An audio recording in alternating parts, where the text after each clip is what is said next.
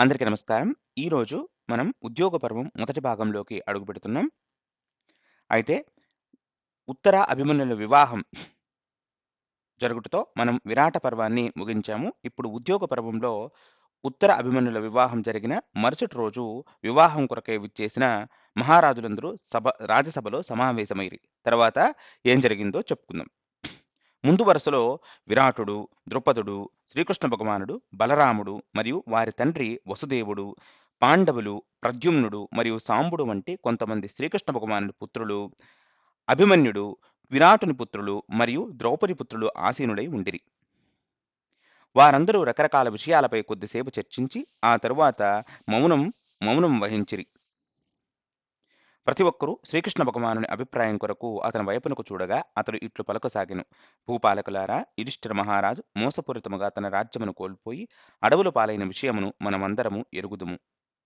పాండవులకు ఈ దురదృష్టం వారి పరాక్రమం లోపం చేత వచ్చినది కాదు. యుధిష్ఠిర మహారాజు ప్రతిజ్ఞ పట్ల గౌరవం చేతనే వారు స్వచ్ఛందముగా ఇన్ని కష్టాలను అంగీకరించారు. పాండవులు ఇప్పుడు విజయవంతముగా ఏడాది కాలం అజ్ఞాతవాసమును కూడా పూర్తి చేసుకున్నారు. కనుక తరువాత ఏం చేయవలననేది ఇప్పుడు మనము ఆలోచింపవలను. ప్రతి ఒక్కరూ తమ ఆసనాల చివర్లను చేరుకుని ఈ గంభీరమైన మరియు అర్థవంతమైన ప్రసంగమును అత్యంత శ్రద్ధతో వినిరి. శ్రీకృష్ణ భగవానుడు ఇంకను ఇలా సూచించెను. ఓ వీరులారా, ఇక్కడ ఉపస్థితులైన మీరందరూ ఇప్పుడు పాండవులు మరియు కౌరవులు ఇరువురికి శ్రేయోదాయకమైన నైతికతకు అనుగుణమైన మీ సలహాను సూచింపగలరు. అధర్మ మార్గంలో లభించు త్రిలోకాధిపత్యమును యుధిష్ఠిరుడు స్వప్నములో కూడా అంగీకరించడు. అలా కాకుండా ధర్మబద్ధముగా లభించు ఒక్క గ్రామముతోనైనా అతడు సంతృప్తి చెందగలడు. ఏమైనను కౌరవులు బాల్యము నుండి కూడా పాండవులను నిరంతరం వివిధ రకాలుగా వేధించుటను మనమెన్నడను మరువరాదు. జూదక్రీడకు ముందు పాండవులు ధర్మబద్ధముగా కలిగి ఉన్న దానినంతటినీ తిరిగి పొందుటకు అర్హులు. కౌరవులు స్వచ్ఛందముగా పాండవుల రాజ్యమును తిరిగి ఇవ్వకున్నచో మనము యుద్ధమునకు సిద్ధపడవలసి ఉండును. ఏమైనను మనము తొందరపడి నిర్ణయాలు తీసుకోరాదు. దుర్యోధనుడు ఇంకను తన ఉద్దేశాలను బహిర్గతము చేయలేదు. కనుక మనము యోగ్యుడైన ఒక రాయబారిని హస్తినకు పంపి అతడి ద్వారా పాండవుల రాజ్యమును శాంతియుతముగా తిరిగి ఇవ్వమని కౌరవరాజును అభ్యర్థించెదము. తరువాత బలరాముడు ఇలా పలికెను. ఓ మహారాజులారా, రాకుమారులారా, నా సోదరుడు శ్రీకృష్ణుని పలుకులతో నేను పూర్తిగా ఏకీభవిస్తున్నాను. దుర్యోధనుడు పాండవులకు ధర్మబద్ధముగా లభింపవలసిన రాజ్యభాగమును తిరిగి ఇవ్వవలను. ఒక రాయబారి వెంటనే హస్తినకు వెళ్లి గొప్ప వినయముగా అభ్యర్థించినచో యుద్ధమును నివారింపవచ్చును. దుర్యోధనుని గాని శకుని గాని నిందింపరాదు. ఎందుకనగా యుధిష్ఠిరుడు పాచికలాటకు స్వచ్ఛందముగా అంగీకరించెను. ఇప్పుడు పాండవులు అజ్ఞాతవాసపు నిబంధనలను పూర్తి చేసుకున్నందున వారు కోల్పోయిన రాజ్యమును వారికి తిరిగి అప్పగించవలసి ఉండును. ఆ క్షణంలో సాత్విక జోక్యం చేసుకుంటూ ఆగ్రహముగా ఇలా పలికెను. బలరామ, నీవు అర్థరహితముగా పలుకుతుంటివి. ఎవరైనా యుధిష్ఠిర మహారాజులో స్వల్ప దోషమును ఎత్తి చూపినను నేను సహింపలేను. హలాయుధ, నీవు పిరికివాడవై ఇలా పలుకుతుంటివి. శకుని మోసపూరిత మార్గములో గెలిచినని ప్రతి ఒక్కరూ ఎరుగుదురు. కనుక తమకు ధర్మబద్ధముగా చెందవలసిన రాజ్యమును యుధిష్ఠిరుడు ఎందుకో వినయముగా అర్థింపవలను. మనము రాయబారికి బదులుగా మానవులను హస్తినకు పంపవలనని నా భావన. ఎందుకనగా దుర్యోధనుడికి శాంతియుత పరిష్కార ఉద్దేశము లేదని మనమందరము ఎరుగుదుము. ఒకవేళ ఎవరికి ధైర్యము లేకున్నచో నేను ఒంటరిగా కౌరవులందరినీ యమపురికి పంపుటకు సిద్ధము. దుర్యోధనునితో మనము ఈ రోజే యుధిష్ఠిరుని రాజ్యమును తిరిగి ఇవ్వవలసినదిగా, లేనిచో భయంకర పరిణామాలను ఎదుర్కోమని మాత్రమే హెచ్చరించవలను. ద్రుపద మహారాజు ఇలా పలికెను. ఓ మహీపతులారా, నేను సాత్వికతో ఏకీభవిస్తుంటిని. దుర్యోధనుడు యుధిష్ఠిరునికి రాజ్యమును శాంతియుతముగా అందించునని భావించడం మూర్ఖత్వము. దుర్యోధనుడు తన ఇచ్ఛానుసారము నడుచుకున్నటకు ధృతరాష్ట్ర మహారాజు అనుమతించెను. భీష్ముడు మరియు ద్రోణుడు మూర్ఖముగా కౌరవరాజును అనుసరిస్తుందురు. అట్లే మూర్ఖులైన శకుని మరియు కర్ణుడు కూడా తమ మద్దతును అందించుదురు. ఒకవేళ మనము శాంతియుత పరిష్కారం పట్ల ఆసక్తిని కలిగి ఉన్నచో బలరాముడు చెప్పినది సముచితమగును. మరోవైపు దుర్మార్గుడైన దుర్యోధనుడు అంతటి మర్యాదపూర్వక వ్యవహారమునకు అర్హుడు కాదని నా భావన. అహంకారి అయిన దుర్యోధనునికి అతని స్థానమేమిటో తెలియజేయవలను. మనము సున్నితముగా ప్రవర్తిస్తే అతడు మనలను పిరికి పందలుగా, శక్తిహీనులుగా భావించును. మనము కఠినముగా వ్యవహరించవలను. ఏమైనను యుద్ధము అనివార్యమొకట చేత మనం వెంటనే పైచేయిగా ఉండుటకు ప్రయత్నించవలను. ప్రపంచంలోని వివిధ రాజులందరి వద్దకు వెంటనే రాయబారులను పంపి వీలైనంత ఎక్కువ మందిని మిత్రపక్షాలుగా చేసుకోవలను. ఆలస్యం లేకుండా మన సైన్యమును విస్తరించుకోవలను. దుర్యోధనుడు కూడా అదే విధముగా చేస్తుండనని ఖచ్చితముగా చెప్పవచ్చును. కనుక మనం త్వరపడవలను. ఎందుకనగా ముందు అభ్యర్థించిన వారి పక్షాన చేరుటని రాజులు మర్యాదగా భావించుదురు. మనం ఒక రాయబారిని హస్తినకు పంపవలను. అది మన పురోహితుని పంపవలసినదిగా నా సూచన. కురువంశ పెద్దల సమక్షంలో ఏమి చెప్పవలనో మీరతనికి సూచింపవచ్చును. శ్రీకృష్ణ భగవానుడు మరోసారి ఇట్లు పలికెను. గౌరవనీయులైన పాలకులారా, ద్రుపదుడు చక్కగా పలికెనని నా భావన. వీరి సూచన కార్యసిద్ధి కలిగించేదిగా కలదు. మనము ధర్మబద్ధముగా నడుచుకోదలచితిమి కనుక మనము ముందుగా ఇలా ప్రయత్నించి చూడవలను. విరుద్ధముగా నడుచుకున్నవాడు మహామూర్ఖుడగును. మా యాదవుల కుటుంబ సంబంధ విషయంలో అటు కౌరవులతో ఇటు పాండవులతో సమాన సంబంధాలు కలిగి ఉంటివనే విషయమును మీరు కూడా విస్మరించరాదు. కనుక ముందుగా మనము దుర్యోధనునికి మర్యాదపూర్వకమైన సందేశమును పంపవలను. మన విన్నపము అతడు తిరస్కరిస్తే అప్పుడు మనం యుద్ధ సన్నాహాల గురించి ఆలోచింపవలను. ఈలోగా ద్రుపదుడు సలహా ఇచ్చినట్లు ఇతర మిత్రులను సేకరించవచ్చును. ఏమైనను ఒక్క విషయం మీరందరూ నా నుండి ఎరుగగలరు. ఒకవేళ యుద్ధమే జరిగితే అర్జునుడు దుర్యోధనుడితో తలపడును. మరియు అతని మిత్రులు వారి వారి అర్హతలను అనుసరించి అదృష్టమును పొందుదురు. ఇందులో ఏమాత్రము సందేహం లేదు. శ్రీకృష్ణ భగవానుని పలుకులను అందరూ అంగీకరించిరి. శ్రీకృష్ణ భగవానుడు మరియు ఇతర యాదవులు విరాటుని అనుమతితో ద్వారకకు బయలుదేరిరి. పాండవులు యుద్ధ సన్నాహాలను ఆరంభిస్తూ ప్రపంచంలోని రాజులందరికీ ఆహ్వానాలను పంపిరి.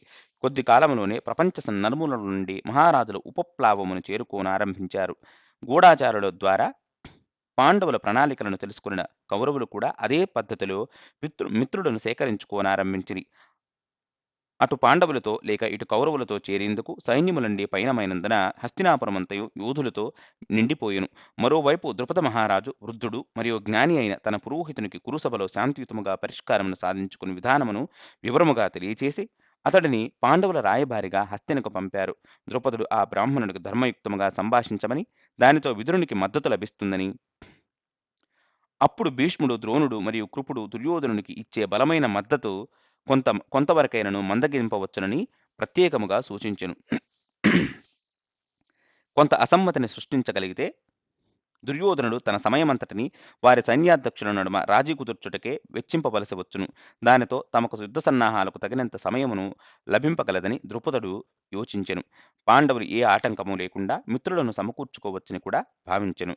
అట్లు ద్రుపదుడు ఎంతో తెలివిగా కౌరవుల హృదయాలలో పాండవుల పట్ల సానుభూతి బీజాలను నాటుటకు మరియు వారి నడుమ కొంత అభిప్రాయ భేదాలను సృష్టించుటకు తగిన సూచనలను బ్రాహ్మణునికి అందించెను. ద్రౌపదిని పురోహితుడు హస్తినకు బయలుదేరిన పిమ్మట అర్జునుడు ద్వారక వెళ్ళుటకు నిర్ణయించుకునెను. గూఢాచారుల ద్వారా ఈ విషయము నెరిగిన దుర్యోధనుడు వెంటనే హస్తిన నుండి యాదవుల రాజధానికి పయనమైరి. అర్జునుడు మరియు దుర్యోధనుడు యాదృచ్ఛికముగా ఒకే రోజు ద్వారకా నగరమును చేరుకున్నారు. ఏమైనను దుర్యోధనుడు మొదట శ్రీకృష్ణ భగవానుని భవనంలోకి ప్రవేశించెను. దుర్యోధనుడు వెళ్లిన సమయంలో శ్రీకృష్ణ భగవానుడు నిద్రిస్తుండెను. దానితో అతడు శయ్యాగారంలోకి వెళ్లి తలవైపున గల ఒక రాజసింహాసనంలో కూర్చుని శ్రీకృష్ణ భగవానుడు మేల్కొన్నంత వరకు వేచి ఉండెను. ఇంతలో అర్జునుడు కూడా అక్కడకు వచ్చి శ్రీకృష్ణ భగవానుడికి ప్రణామము చేసి అతని పాదపద్మాల వద్ద ముకులిత హస్తుడై నిల్చుండెను. శ్రీకృష్ణ భగవానుడు మేలుకొనినంతని దృష్టి సహజముగానే తన పాదాల వద్ద నిల్చున్నట్టు అర్జునుడిపై పడెను. తరువాత దుర్యోధనుడు కూడా వచ్చిన విషయమును గ్రహించినట్టి శ్రీకృష్ణ భగవానుడు వారితో ఇలా విచారించెను. భరతశ్రేష్ఠులారా, మీరిరువురు క్షేమమని నేను తలచెదను. దయచేసి మీ రాకొక గల కారణమును వివరించగలరు. అప్పుడు దుర్యోధనుడు వెంటనే ఇలా బదులిచ్చెను. కృష్ణ, మాకు మరియు పాండవులకు నడుమ జరగబోయే యుద్ధములో మీ సహాయమును కోరుటకు నేను వచ్చితిని. మా ఇరువురికి నీవు సమానముగా బంధువైనప్పటికీ నేను మొదట వచ్చినందున నిస్సంకోచముగా మొదట నీవు నా అభ్యర్థనను నెరవేర్చవలను. అప్పుడు శ్రీకృష్ణ భగవానుడు ఇలా బదులిచ్చెను. దుర్యోధన, నీవు మొదటగా వచ్చితివి అనుటలో ఏ సందేహము లేదు. కానీ నేను మొదట చూచినది మాత్రం అర్జునుడిని. ఏమైనను మీరిరువురికి నేను సహాయం చేసేదను. నా సైన్యం 10,000 కోట్ల శక్తిశాలురైన యాదవులతో కూడిన నారాయణ సేన. వారందరూ శక్తిలో నాతో సమానుడు. వారిని ఒక పక్షమునకు ఇచ్చెదను. మరో పక్షమునకు నేను ఆయుధమును చేపట్టననే శబదముతో కేవలం వ్యక్తిగత సహాయమును మాత్రమే చేసేదను. ముందుగా పిన్నలకు అవకాశం ఇచ్చుట సంప్రదాయమైనందున నేను కావలనో నా సైన్యము కావలనో తేల్చుకునే అవకాశమును అర్జునునికి ఇచ్చేదను. అప్పుడు ఎట్టి సంకోచము లేకుండా అర్జునుడు ఆనందముగా శ్రీకృష్ణ భగవానుని వ్యక్తిగత సహాయమును ఎంచుకొనెను. దుర్యోధనుడు నారాయణ సేనలను పొందినందుకు ఎంతగానో సంతోషించెను. దుర్యోధనుడు తాను వచ్చిన కార్యము సఫలమైనదని భావించి శ్రీకృష్ణుని అనుమతితో బలరాముని దర్శించుటకు వెళ్ళెను. శ్రీకృష్ణ భగవానుని అగ్రజుడు ఖచ్చితముగా దుర్యోధనుని పట్ల అభిమానం కలిగినవాడు.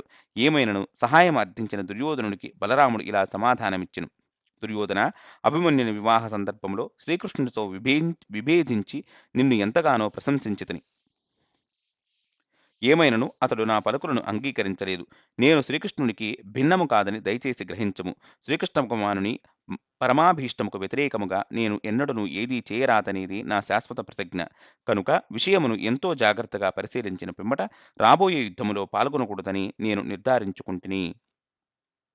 బలరాముని పరిస్థితిని దుర్యోధనుడు అర్థం చేసుకొనెను. అతడిని స్నేహపూర్వకముగా ఆలింగనము చేసుకుని దుర్యోధనుడు కృతవర్మ భవనమునకు బయలుదేరెను. ఆ గొప్ప యాదవ వీరుడు తన ఒక అక్షౌహిణీ సైన్యముతో సహా దుర్యోధనుని పక్షాన యుద్ధము చేయగలనని హామీనిచ్చుటతో దుర్యోధనుడు ఎంతగానో సంతోషించెను. మరోవైపు దుర్యోధనుడు నిష్క్రమించిన పిమ్మట శ్రీకృష్ణ భగవానుడు అర్జునుడిని ఇట్లడిగెను. ఓ కుంతీనందన, శక్తిమంతమైన నా సైన్యమునకు బదులుగా నీవు నన్నెందుకు కోరుకుంటివి? నేను యుద్ధమును కూడా చేయను కదా. అర్జునుడు వినయముగా ఇట్లు సమాధానమిచ్చెను. హే భగవన్, సమస్త పరాక్రమము, కీర్తి, విజయము నీలో నీ నెలకొని ఉండునని నేను ఎరుగుదును. నీవు యుద్ధము చేయకపోయినను నీ ఐశ్వర్యమంతయు నీతోబాటు యుద్ధభూమిలో ప్రవేశించి ఖచ్చితముగా నన్ను విజయవంతుని చేయును. ప్రభు, నీవు నాకు రథసారథ్యం వహింపవలననేదే నా చిరకాల వాంఛ. నీవు వ్యక్తిగతముగా మాకు తోడ్పడుటకు అంగీకరించినందున దయచేసి నా ఈ అభీష్టమును నెరవేర్చుము. అప్పుడు శ్రీకృష్ణ భగవానుడు అర్జునునికి రథసారథిగా ఉండుటకు అంగీకరించెను. దానితో అర్జునుడు ఆనందించెను. తరువాత వారిద్దరూ ఉపప్లావ్యమునకు పయనమయ్యారు. మరోవైపు యుధిష్ఠిరుని ఆహ్వానమును అందుకుని మద్రదేశపు రాజు శల్యుడు తన కుమారులను మరియు ఒక విశాలమైన అక్షౌహిణి సైన్యమును వెంట తీసుకుని పాండవుల వద్దకు బయలుదేరెను. ఆ విశాల సైన్యం 2 క్రోసుల దూరం విస్తరించేది. దానితో వారు మధ్య మధ్య విశ్రాంతి తీసుకుంటూ పాండవుల వద్దకు బయలుదేరిరి. పాండవుల పక్షమును చేరవలనను శల్యుని ఉద్దేశమును ఎరిగిన దుర్యోధనుడు స్వయంగా వెళ్లి వారు వచ్చే దారిలో అందమైన విశ్రాంతి శిబిరాలను నిర్మింపజేసెను. ఆ శిబిరములో ఒక అద్భుత మంటపము నిర్మించి అందులో అన్ని రకాల రాజవసతులతో నిపుణులైన సేవకులను అనేకముగా నియమించెను. దుర్యోధనుడు స్వయంగా అక్కడికి వెళ్ళినప్పటికీ శల్యుడు వచ్చే సమయమునకు అతడు మరుగున దాగి ఉండెను. దుర్యోధనుని సేవకులు శల్యుని ఘనమైన రాచమర్యాదలతో స్వాగతించారు. వివిధ ప్రదేశాలలోని శిబిరాల ఏర్పాట్లు ఎంతో ఘనముగా ఉండుటతో మహారాజు శల్యుడు తనను తాను స్వర్గాధిపతి ఇంద్రుని కంటెను అధికుడని భావించెను. ఎట్టి సంకోచము లేకుండా విలాసవంతమైన వసతులను అనుభవించిన శల్యుడు ఎంతగానో ప్రీతి చెందెను. యుధిష్ఠిర మహారాజు ఈ ఏర్పాట్లన్నింటినీ చేసి ఉండునని భావించిన శల్యుడు తనకు ఇంత గొప్ప ఆతిథ్యమును అందించినని భావిస్తూ మహారాజు ప్రీతి కొరకు సేవకులను రప్పించి వారికి కానుకలను ఇవ్వనారంభించెను. దానితో సేవకులు వెళ్లి ఎంతో సంతోషముగా దుర్యోధనునికి విషయమంతటిని వివరించారు. అప్పుడు దుర్యోధనుడు స్వయంగా మేనమామ శల్యుని వద్దకు నేరుగా వెళ్ళెను. దుర్యోధనుని చూచిన శల్యుడు ఇంతటి ఘనమైన ఏర్పాట్లను తన కొరకు చేసేందుకు శ్రమించినది దుర్యోధనుడని ఎరిగి ఆనందముగా అతడిని ఆలింగనము చేసుకుని ఇట్లనెను. నేను నీ గొప్ప ఆతిథ్యమునకు ఎంతగానో ప్రీతి చెందితిని. నీకేమి కావాలనో కోరుకొనుము. దుర్యోధనుడు సంతోషముగా ఇట్లు బదులిచ్చెను. మామగారు, మీరు నా విస్తారమైన సైన్యముకు అధ్యక్షునిగా ఉండవలనని ఆశిస్తుంటిని. శల్యుడు అందుకు వెంటనే అంగీకరిస్తూ ఇట్లనెను. దుర్యోధన, నీవు హస్తినకు వెళ్ళుము. నేను పాండవులకు ఒకసారి కనిపించి అటుపిమ్మట నీతో వచ్చి కలిసెదను. దుర్యోధనుడు అందుకు అంగీకరించెను. తరువాత ఇట్లు పలికెను. ఓ రాజా, దయచేసి మీరు వెంటనే హస్తినాపురమునకు విచ్చేయగలరు. మీ హామీని మరువరాదు. మరోసారి వారిరువురు ఒకరినొకరు ఆలింగనము చేసుకుని వారి వారి గమ్యాలకు బయలుదేరారు. ఉపప్లావ్యమును చేరిన శల్యుని పాండవులు గొప్ప ఆదరముతో స్వాగతించిరి. శల్యుడు యుధిష్ఠిరుని, భీముని, అర్జునుని, నకులుని మరియు సహదేవుని ఒకరి తర్వాత మరొకరిని ఆలింగనము చేసుకుని వారి క్షేమమును విచారించెను.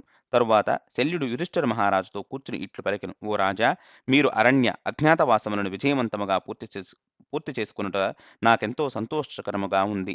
మీ శత్రువులను జయించి మీరు మీ రాజ్యమును తిరిగి పొందుదననే విశ్వాసము నాకు కలదు. కానీ ఇక్కడకు వచ్చుదారిలో దుర్యోధనుడు నా కొరకు ఘనమైన ఏర్పాట్లు చేసెను.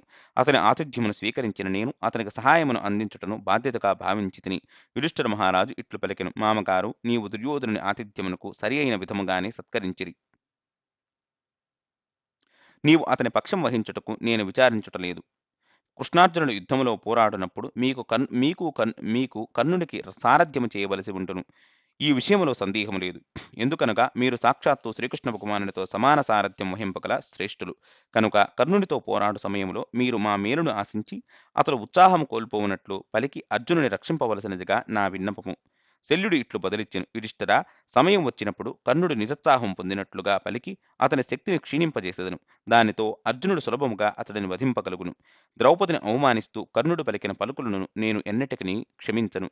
కనుక మీరు ఓడించుటకు తప్ప సహ అతడిని ఓడించుటకు తప్పక సహాయము అందించెదను. నీవు చింతింపవద్దు యుధిష్ఠిరా, నీవు అనుసరించిన మార్గము కష్టాలతో నిండినట్లుగా అగుపించినను అది చివరికి విజయమునకే దారితీయునని విశ్వసింపుము. ఎందుకంటే ఇంద్రుడు మరియు శచీదేవికి కూడా చాలా కాలం క్రితం ఇటువంటి దుఃఖాలని అనుభవింపవలసి వచ్చెను. అప్పుడు యుధిష్ఠిర మహారాజు ఆ వృత్తాంతమంతటిని వినుటకు ఆతృతపడగా శల్యుడు ఆ కథను ప్రారంభించెను. ఒకప్పుడు ఇంద్రుడు 3 తలలు కలిగిన విశ్వరూపిని వధించిన పిమ్మట త్వష్టముని తన యాగాగ్ని నుండి వృత్రాసురుడు అనే ఒక భారీ రాక్షసుని ఉద్భవింపజేసెను. చివరకు ఇంద్రుడు తన వజ్రాయుధముతో వృత్రాసురుని సంహరించెను. కాని బ్రహ్మహత్య పాతకం బాధించుట చేత ఉదాసీనుడయ్యెను. ఆ పాపం ఒక రూపమును ధరించి అతని వెంటబడగా ఇంద్రుడు చివరకు మానస సరోవరంలో దాక్కుకొనెను.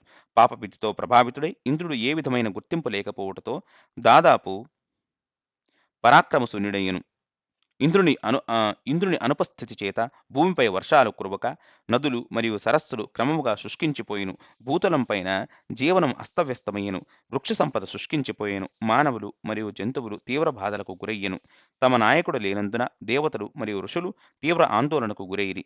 వారు ఒకరితోనొకరు సంప్రదించుకుని పుణ్యాత్ముడైన మహారాజు నహుషుని ఇంద్రసింహాసనంపై అధిష్ఠింపజేయ నిశ్చయించుకునిరి. దేవతలు మరియు ఋషులు నహుషుని సమీపించినప్పుడు మొదట నహుషుడు వారి విన్నపమును నిరాకరించెను. స్వలాభమును దృష్టిలో ఉంచుకుని నహుషుడు ఇలా పలికెను, స్వర్గదేవతలారా, విశ్వరక్షణకు అవసరమైన శక్తి నాలో లేనందున నేను అందులో సఫలము కాలేను. దానితో ఋషులు తమ తపోశక్తులను దారపోసి నహుషుని శక్తిమంతునుగా చేసదమని హామీ ఇచ్చిరి.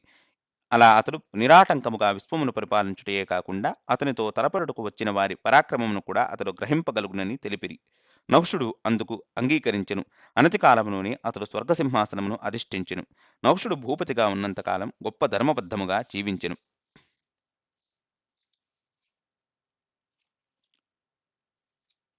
అయితే స్వర్గాధిపత్యం లభించిన పిమ్మట అతని మనస్సు ఇంద్రియ భోగముల వైపునకు మరలెను. అలా అతడు ఎల్లప్పుడూ అప్సరసలతో స్వర్గములోని నందనవనాలలో విహరించేవాడు. ఆ సమయములో అతని ఆజ్ఞల కొరకై 6 ఋతువులు సంగీత కళాకారులు వినోదమును అందించు విదూషకులు వేచి ఉండేవారు. ఒకరోజు నహుషుడు ఈ విధముగా వినోదిస్తూ ఇంద్రుని పత్ని అయిన శచీదేవిని చూచెను. ఆమె అందమునకు ముగ్ధుడై నహుషుడు తన సేవకుల వైపునకు తిరిగి, ఈ గొప్ప సుందరాంగి ఇతరులకు వలె నాకు సేవలందించుటకు ఎందుకు రాలేదు? ఇప్పుడు నేను ఈ స్వర్గమునకు రాజును కదా! ఈ రోజు ఆమెను నా భవనమునకు తీసుకురమ్ము అనెను. నహుషుని పలుకులను విన్న శచీదేవి భయముతో బృహస్పతిని సమీపించెను. ఆమె అతడిని ఇట్లు ప్రార్థించెను, ఓ గురుదేవా, మీరు తరచుగా నన్ను పవిత్ర స్త్రీగా, పతివ్రతగా, అఖండ సౌభాగ్యవతిగా వర్ణించిరి. దయచేసి మీ పలుకులు అసత్యములు కాకుండా చూడగలరు. బృహస్పతి ఇట్లు బదులిచ్చెను, ఇంద్రాణి, నీవు నహుషుని చేత భయపడవన అవసరం లేదు. త్వరలోనే నీవు నీ భర్తను తిరిగి పొందగలవని హామీని ఇస్తుంటిని. శచీదేవి బృహస్పతిని ఆశ్రయించిరని తెలుసుకున్న నహుషుడు అతని శ్రేయస్సు కొరకై ఇవ్వబడిన ఎట్టి సలహాను అంగీకరించలేకపోయెను. సమాధానముగా అతడు ఇట్లు వాదించెను, దేవతలారా, మీరెందుకు ఇలా పలుకుతుండిరి? ఇంద్రుడు అహల్యను అనుభవించెను. ఇంకను అనేక ఇతర పాపకార్యాలను కూడా మోసపూరితముగా చేసెను. అప్పుడు మీరెందుకు అతడిని నిలువరింప ప్రయత్నింపలేదు? ఏమైనను నాకు మీ వాక్కులను వినన అవసరము లేదు. శచీదేవిని వెంటనే నాకు అప్పగింపవలసినదిగా ఆజ్ఞాపిస్తుంటిని. ఒకవేళ మీరు నా ఆజ్ఞను నిర్లక్ష్యపరిస్తే అది మీ అందరినీ ప్రమాదమునకు గురిచేయునని హెచ్చరిస్తున్నాను. తనకు ఎదురు వచ్చిన వారి పరాక్రమమును గ్రహింపగల శక్తి కలిగిన వాడు నహుషుడు. అందుచేత దేవతలు మరియు ఋషులకు అతడనిన భయము. దానితో వారు నహుషుడు కోరిన దానిని ఏర్పాటు చేసేదమని హామీని ఇచ్చి బృహస్పతిని సమీపించారు. వారు అతడిని ఇట్లు వేడుకొనిరి, బ్రాహ్మణోత్తమ, నహుషునికి దయచేసి శచీదేవిని అప్పగించగలరు. ఇప్పుడు అతడు ఇంద్రుని కంటెను కూడా బలవంతుడయ్యెను. వారి పలుకులను వినిన శచీదేవి కన్నీటి పర్యంతమై బృహస్పతిని ఇట్లు అర్థించెను, హే ప్రభు, దయచేసి నన్ను ఈ ఆపద నుండి రక్షింపగలరు. బృహస్పతి ఆమెకు హామీని ఇస్తూ ఇట్లనెను, భయపడవద్దు. నిస్సహాయులు, నన్ను శరణు వేడిన వారిని నేను ఎన్నడూను విడిచివేయను. ఇది నా సంకల్పము.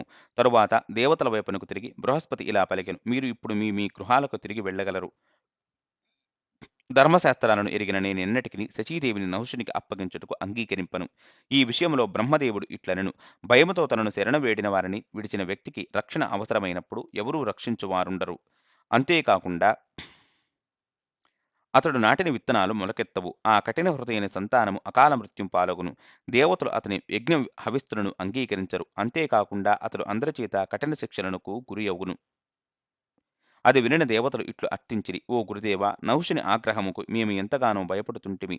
అతని కోరికను నెరవేర్చుకున్నచో మా గతి ఏమిటి? దయచేసి మమ్మల్ని ఈ గొప్ప ఆపద నుండి ఏదో రకముగా బయటపడవేయగలరు. అందుకు బృహస్పతి ఇట్లు పలికెను: నా పథకమును వినగలరు. శచీదేవి నహుషుని సమీపించి అతడిని మభ్యపెట్టి ప్రస్తుతము కల్పితమైన ఆశను కల్పిస్తూ కొంత సమయమును అర్థించును. ఈ విధముగా శచీదేవి రక్షింపబడును. త్వరలోనే నహుషుడు తన అపరాధము చేత తన శక్తివంతమైన స్థానము నుండి పతనము చెందును. తరువాత బృహస్పతి సూచనలను అనుసరించి శచీదేవి సంకోచిస్తూనే నహుషుని ఎదుట నిలిచెను. ఆమెను చూచిన రాజు గొప్ప ఆనందమునకు గురయ్యెను.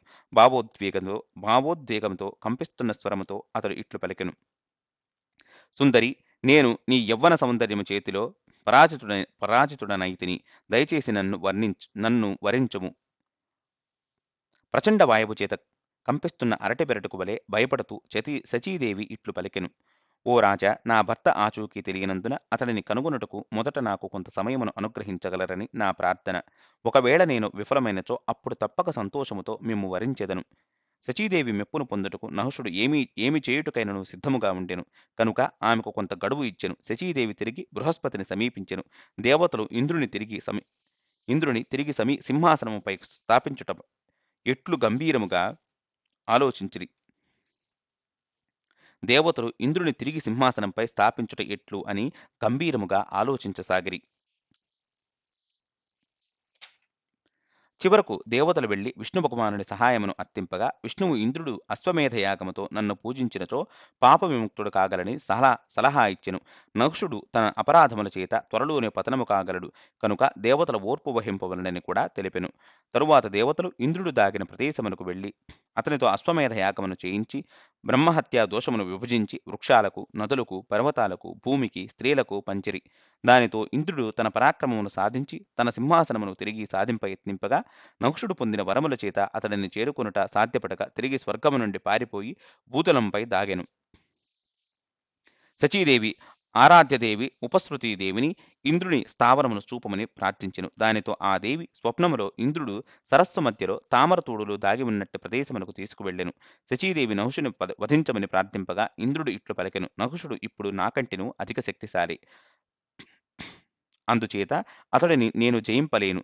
కాని అతడిని జయించుటకు మరో మార్గము కలదు. నహుషుని సమీపించి అతడిని బ్రహ్మర్షులచే మోయబడుతున్న పల్లకిలో నిన్ను సమీపించినచో నీవు అతడిని వరించెదనని తెలుపుము. తరువాత నిద్ర మేల్కొనిన శచీదేవి తన స్వప్నము సత్యమని నిర్ధారించుకుని భర్త ఆజ్ఞను పాటింపదలచెను. శచీదేవి మరోసారి నహుషుని సమీపించెను. అతడు ఆమెను చూచి ఎంతగానో ఆనందించి ఆమె ఆజ్ఞను నెరవేర్చుటకు సిద్ధపడెను. శచీదేవి ఇలా పలికెను: ఓ రాజా, నీవు ఇంద్రుని కంటెను అధికుడవని భావిస్తుంటిని. మీ ఉన్నత పదవికి తగినట్లుగా నేను మిమ్మల్ని అంగీకరింపదలచితిని. ఇంద్రుడు గతములో తన ప్రయాణములో గుర్రాలను, రథాలను మరియు ఏనుగులను ఉపయోగించేవాడు. కనుక అందుకు భిన్నముగా దేవతలు మరియు రాక్షసుల సమాజములో ఎక్కడనూ కనిపించిన ఒక ప్రత్యేక వాహనము మీకు ఉండవలను. ఓ రాజా, నీవు బ్రహ్మర్షులచే మోయబడుతున్నట్టి పల్లకిలో నన్ను సమీపించినచో నేను మిమ్ము సంతోషముగా వరించెదను. అందుకు నహుషుడు సంతోషముగా ఇట్లు బదులిచ్చెను: ప్రియా, ఈ ఆలోచన నాకు ఎంతో బాగా నచ్చినది. సమస్త విశ్వము నా నియంత్రణలో కలదు. నా పల్లకిని సప్తర్షుల మోసే ఏర్పాటు చేసేదను. అట్లు నేను త్వరలోనే నిన్ను సమీపించెదను. అహంకారపు మత్తులో మునిగిన నహుషుడు సప్తర్షులను రప్పించి తన పల్లకిని మోయవలనని ఆజ్ఞాపించెను. మరోవైపు శచీదేవి బృహస్పతిని సమీపించి తన స్థితిని వివరించెను. బృహస్పతి ఆమెకు హామీనిస్తూ ఇంద్రుని కొరకు వెదకమని అగ్నిని ఆజ్ఞాపించెను. ఇంద్రుని జాడను గుర్తించిన దేవతలందరూ వెళ్లి అతడిని ప్రోత్సహించిరి. అదే సమయంలో గొప్ప ఋషి అయిన అగస్త్యుడు కూడా అక్కడకు వెళ్లి ఇంద్రునితో ఇట్లు పలికెను: నహుషుడు తనను మరియు ఇతర గొప్ప మహర్షులను తన పల్లకిని మోసేందుకు ఆజ్ఞాపించెను. అట్లు చేస్తూ మేము మిక్కిలి అలసితిమి. కనుక విశ్రాంతి కొరకు కొంతసేపు నిలిచితిమి. ఆ విరామ సమయంలో మేము వివిధ విషయాల గురించి చర్చించితిమి. ఆ చర్చల సందర్భంలో మేము గోవులపై జలమును చిలకరిస్తూ పఠించు వేదమంత్రాల ప్రామాణికతను గురించి ప్రశ్నించితిమి. నహుషుడు ఇట్లు పలికెను: ఆ మంత్రాలు ప్రామాణికములు కావు. వాటిని పఠించినను ఎట్టి ప్రభావము ఉండదు. ఆ పలుకులను వినిన మేము నహుషుడికి ఇట్లు తెలిపితిమి, ఓ రాజా, నీవు రాక్షస ప్రవృత్తితో కొనిపోబడుతివి. గతములో గొప్ప ఋషులందరూ వైదిక విజ్ఞానమును లోపరహితము మరియు పరమ సంపూర్ణముగా అంగీకరించి ఉండిరి. నహుషుడు పూర్తిగా మాయకు లోనై మా విమర్శకు ఆగ్రహించెను. దురహంకారముతో ఆ సమయంలో నన్ను కాలితో తన్నెను. దానితో అతని బలము నశించెను. శాస్త్రనింద చేత మరియు మమ్మల్ని పశువులుగా భావించి తనను మోసేందుకు బలవంత పెట్టినందుకు నేను అతడిని ఇలా శపించితిని, ఓ దుష్టుడా, నీవు ఒక మహాసర్పముగా తక్షణమే భూమిపైకి పతనమగుదువు. నింద్యమైన ఆ స్థితిలో నీవు 10,000 సంవత్సరాలను గడిపిన పిమ్మట విముక్తుడవై స్వర్గమును పొందగలవు. అట్టి శాపముతో ఆ దుష్టుడు ఇంద్ర పదవి నుండి పతనమయ్యెను. పిమ్మట ఇంద్రుడు ఇంద్రాణిని కలుసుకుని అత్యంత సంతోషముతో లోకాలను పాలించెను. శల్యుడు యుధిష్ఠిర మహారాజుతో ఇట్లు పలికెను, సోదరుడు మరియు ద్రౌపదితో కూడి కష్టాలను అనుభవించవలసి వచ్చినందుకు నీవు విచారింపరాదు. నహుషుని మాదిరిగానే కర్ణుడు మరియు దుర్యోధనుడు కూడా పతనమగుదురని నేను నీకు హామీనిస్తుంటిని. యుధిష్ఠిర మహారాజు ఇట్లు సమాధానమిచ్చెను, ఓ మామగారు, అద్భుతమైన ఈ చరిత్రను తెలిపినందుకు మీకు కృతజ్ఞతలు.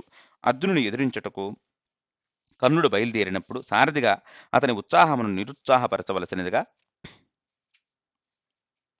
మరోసారి వినయముగా మిమ్మల్ని వేడుకుంటిని మరోసారి మిమ్మలను వినయముగా వేడుకుంటుంటిని. అప్పుడు శల్యుడు యుధిష్ఠిరునికి అట్లే చేసేదనని మరోసారి హామీ ఇచ్చెను. తరువాత యుధిష్ఠిరుని నుండి అనుమతిని పొంది అతను హస్తినకు నిష్క్రమించెను. అప్పుడు యుయుధానుడు అనగా సాత్యకి ఒక అక్షౌహిణీ సైన్యంతో ఉపప్లావ్యమును చేరుకొనెను. చేది దేశరాజైన దృష్టకేతు మరియు మగధ పాండ్యులకు రాజైన జయత్సేనుడు కూడా ఒక్కొక్క అక్షౌహిణీ సైన్యముతో విచ్చేసిరి. ద్రుపదుడు, విరాటుడు మరియు 5 కేకయ రాజులు మిత్రపక్షాల సైన్యముతో కలిపి పాండవుల మిత్రపక్షాల సైన్యము 7 అక్షౌహిణులు అయ్యెను. మరోవైపు భగదత్తుడు, భూరిశ్రవుడు, శల్యుడు, కృతవర్మ, జయద్రథుడు, కాంభోజరాజు, సుదక్షిణుడు, మహిష్మతి భూపతి నీలుడు ఒక్కొక్క అక్షౌహిణీ సైన్యముతో వచ్చి దుర్యోధనుని పక్షమును చేరిరి. ఇరువురు అవంతి రాజులు మరో 5 ఇతర కేకయ రాజులు కూడా ఒక్కొక్క అక్షౌహిణిని సైన్యముతో వచ్చి చేరిరి. వీరందరి సైన్యము దుర్యోధనుని సైన్యముతో కలిసినందున మొత్తము 11 అక్షౌహిణీ సైన్యముగా మారెను. ఇంతమంది యోధులతో నిండిన హస్తినాపురము జనసముద్రముగా మారెను. నిజమునకు ఆ ప్రాంతమంతయు విస్తరించిన సైన్య వ్యవస్థగా అగుపించెను. ఈలోగా ద్రౌపదుడు పంపిన వృద్ధ పురోహితుడు హస్తినను చేరుకొనెను. ధృతరాష్ట్రుడు, భీష్ముడు మరియు విదురుడు మిక్కిలి ఆదరముతో స్వాగతించిరి. రాజసభలో దుర్యోధనుని సైన్య నాయకులందరి సమక్షములో పురోహితుడు ఇలా పలికెను, భూపతులారా మరియు రాకుమారులారా, దయచేసి నేను తెలుపుదానని శ్రద్ధగా ఆలకించగలరు. పాండురాజు మరియు ధృతరాష్ట్రుడు సోదరులు అయినందున వారి కుమారులు కురురాజ్యమును సమముగా పంచుకోవలను. పాండవుల న్యాయబద్ధమైన వారసత్వమును నిరాకరించుటకు కారణమేమిటి?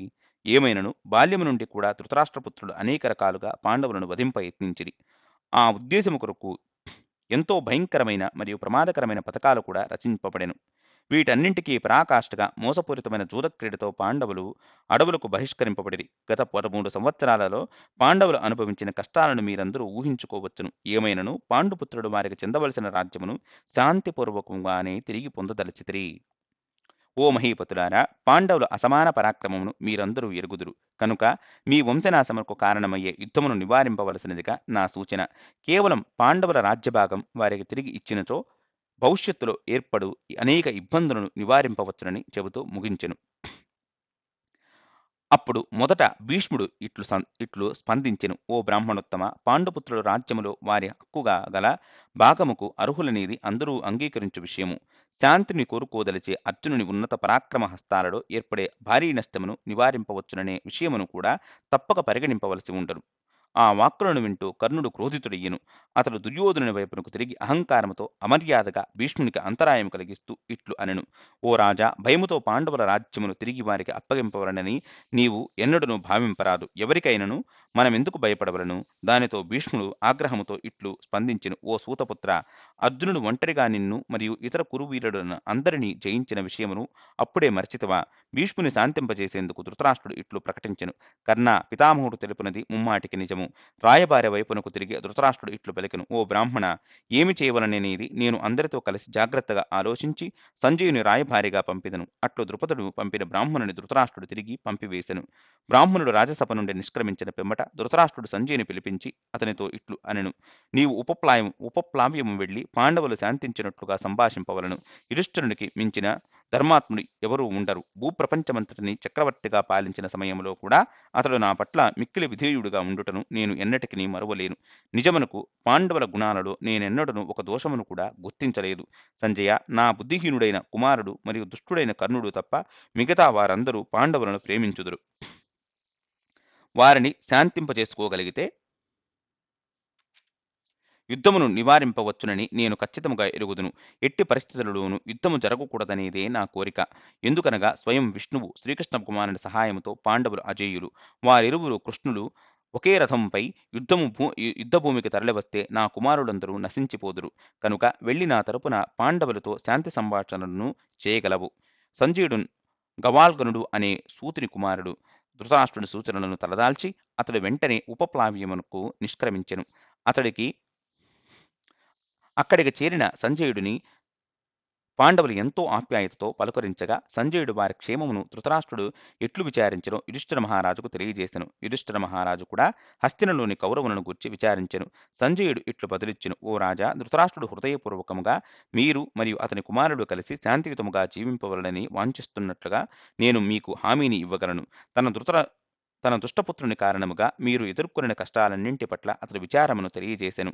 మీ అందరికీ అతడు పంపిన సందేశం ఇదే: నేను మొట్టమొదట శ్రీకృష్ణ కుమారుడు మరియు ద్రుపద మహారాజుకు ప్రణామాలను అర్పిస్తుంటిని. ఆ తరువాత మీకు మరియు నా కుమారులకు నడుమ శాంతి నెలకొని విధముగా ప్రవర్తింపవలసినదిగా అందరినీ అభ్యర్థిస్తుంటిని. ఇది భీష్ముని కోరిక కూడా. కనుక ఎట్టి పరిస్థితిలోనూ వినాశకరమైన యుద్ధము నివారింపబడవలనని వాంఛిస్తుంటిని. యుధిష్ఠిర మహారాజు ఇట్లు బదిలిచ్చెను: సంజయ, యుద్ధము నివారింపబడి శాంతి నెలకొనబడవలనని మేము కూడా బలముగా ఆశిస్తుంటిమి. నా సోదరుడు మరియు నేను స్వార్థపూరితముగా సుఖ సౌభాగ్యాలను అనుభవించవలనని ఎన్నడనూ ఆశింపలేదు. ధర్మబద్ధముగా మా విధిని మేము నిర్వర్తింపవలననేదే నా ఆశయము కూడా. తమ ఇంద్రియాదేశాలను ఆతృతగా నెరవేర్చుతూ సుఖింపదలచే వ్యక్తికి చివరకు గొప్ప బాధ కలిగించే అనేక నిందనీయమైన కార్యాలకు బలవంతముగా పాల్పడవలసి వచ్చును. ఇంద్రియ తృప్తి కొరకు నిరంతరం అత్యాసపడే వ్యక్తి తన సొంత శరీరమును తీవ్రముగా బాధించును. అలా కాకుండా అట్టి కోరికలను త్యజించు వ్యక్తి అసంఖ్యాకమైన దుఃఖాలను నివారించును. దురదృష్టవశాత్తు తన స్వార్థపూరితుడైన కుమారుని చేత పెడద్రోవ పట్టించబడిన ధృతరాష్ట్రుడు ధర్మ మార్గమును విడిచిపెట్టెను. దుర్మార్గుడు, బూటకపు ఖ్యాతిని ఆశించేవాడు, ఈర్ష్యాళుడు, కోపిష్టి, కఠినాత్ముడు, ఇంద్రియలోలుడు, నీతి సూత్రాలను అతిక్రమించేవాడు, దురాశాపరుడు, మొండివాడు, గర్విష్ఠి అయిన తన పుత్రుడు విదురుని సత్సలహాలను ఎల్లప్పుడూ నిర్లక్ష్యపరుస్తుండును. సంజయ, ఒకవేళ ఇంద్రప్రస్థను నాకు తిరిగి ఇవ్వదలచినతో శాంతియుత పరిష్కారము ఎల్లప్పుడూ నాకు ఆమోదకరమే. తరువాత సంజయుడు ఇట్లు పలికెను: యుధిష్ఠిరా, ఏది ఏమైనను నీవు కౌరవులతో యుద్ధమును నిరోధించవలను. నీవు ఆశతో ప్రేరేపింపబడి నీ రాజ్యము కొరకు యుద్ధము చేయుట కంటెను వృష్ణి రాజ్యంలో భిక్షాటన చేసి జీవించడం ఉత్తమము. ఉన్నత ధర్మము అనగా కోరికలన్నింటినీ త్యజించుటయే. నీ జీవితమంతటిని ఖచ్చితముగా ధార్మికతతో గడిపి ఇప్పుడు ఏ విధముగాను ఆగ్రహమునకు లోను కావద్దు. ఒకవేళ బలప్రయోగము చేసి నీ రాజ్యమును నీవు తిరిగి పొందదలచినచో ఆ కార్యమును రాజులందరూ నీ పక్షాన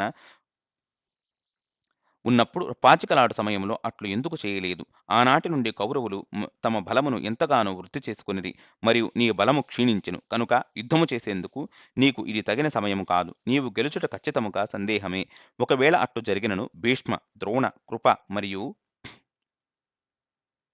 ఇతర యోధులను వధించి నీవు ఎట్లు సుఖింపగలవు? యుధిష్ఠిర, స్వభావరీత్యా నీవు గొప్ప దయ మరియు క్షమాగుణమును కలిగినట్టి వాడవు. కేవలం నీ మిత్రపక్షాలు యుద్ధము చేయమని నిన్ను కోరినచో నీవు అట్లు చేయదలచుట కంటెను నీవు వారిని త్యజించుటే ఉచితము. అందుకు యుధిష్ఠిరుడు ఇట్లు బదులిచ్చెను: సంజయ, ధర్మము యొక్క వాస్తవ అర్థమును నీవు ఎరుగుదువా అని నా సందేహము. నిజమునకు ధర్మ విషయాలు మిక్కిలి సూక్ష్మములు. ఎందుకనగా నైతిక ధర్మము భిన్న వృత్తులను అనుసరించి భిన్నముగా నిర్ణయించబడును.